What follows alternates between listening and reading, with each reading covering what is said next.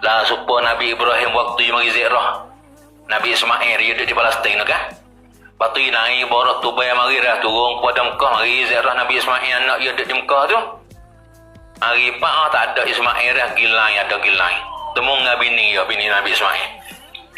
Tanya bini Nabi Ismail guna hidup peduk lah ni. Duk huduh tu lelaki belakang. Dia dah kata Ibrahim tu kena kata tua ya. Ayah lagi Ismail. Muka dia di Palestin tu dia tak sekenal dia sekali muka. Mari tanya guna duk dengan Ismail. Apa makan dah cukup. Khudu amak. Makan dah cukup. Duk kalau kerja udah dah kata lelaki. Payah klik ilan ya klik kare. Ya klik kare. Lepas tu boleh klik kare rakyat dia dah. Cabutlah nyelak itu.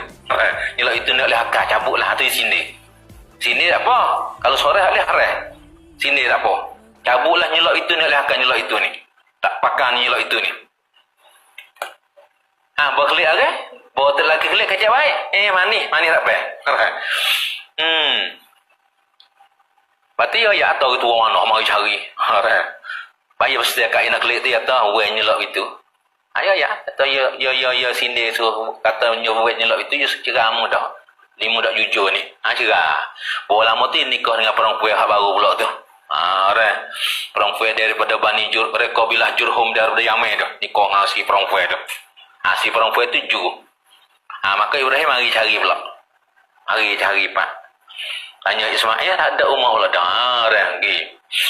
Tak ada rumah pak tu. Tanya gana hidup pemek lah ni. Mek awak bini Ismail yang dua tu. Tak apa dah. Uji tu lelaki tu dah. Tu kecil oleh lelaki. Tak ada kecil udah lelaki dah. Makik tu lelaki tu ni dah puji tu lelaki. Bawa nak klik atau rayakan Ismail atau kat Ismail rayakan BE tu kata. Kejaklah nyelok itu ni nyelok oleh ni. Kejak nyelok itu. Tu sini. Herak dia. Pergi masalah sini dia. Supaya kejap banding sini. Apa tak apa datang? Jildul khinzir la yandabiu. Kulit babi tak terima samuk. Kita ambil kulit babi, kulit anjing, samuk tak suci. Samuk tahu tak suci. Kulit natal lain suci, natal apa dah. Kulit ular misalnya kita ambil samuk, jadi suci ular tu boleh jual kulit tu waktu samuk dah. Ikutlah kulit rimau, kulit kapur yang apa dah. Kita ambil samuk. Tak apa. Ada pun kulit anjing, kulit babi, kulit anjing dah. Tak boleh dah semua. Apa? Kita duk mudah patuh dan nasihat agama kita itu tak akan. Supaya kulit babi tu. Faham tak? Ulama kata tu kita kata yang ulama kata. Dalam kalangan ulama dia kata ke apa kasar-kasar ke apa. Tujuan ke apa nak kita mikir kita kembali kepada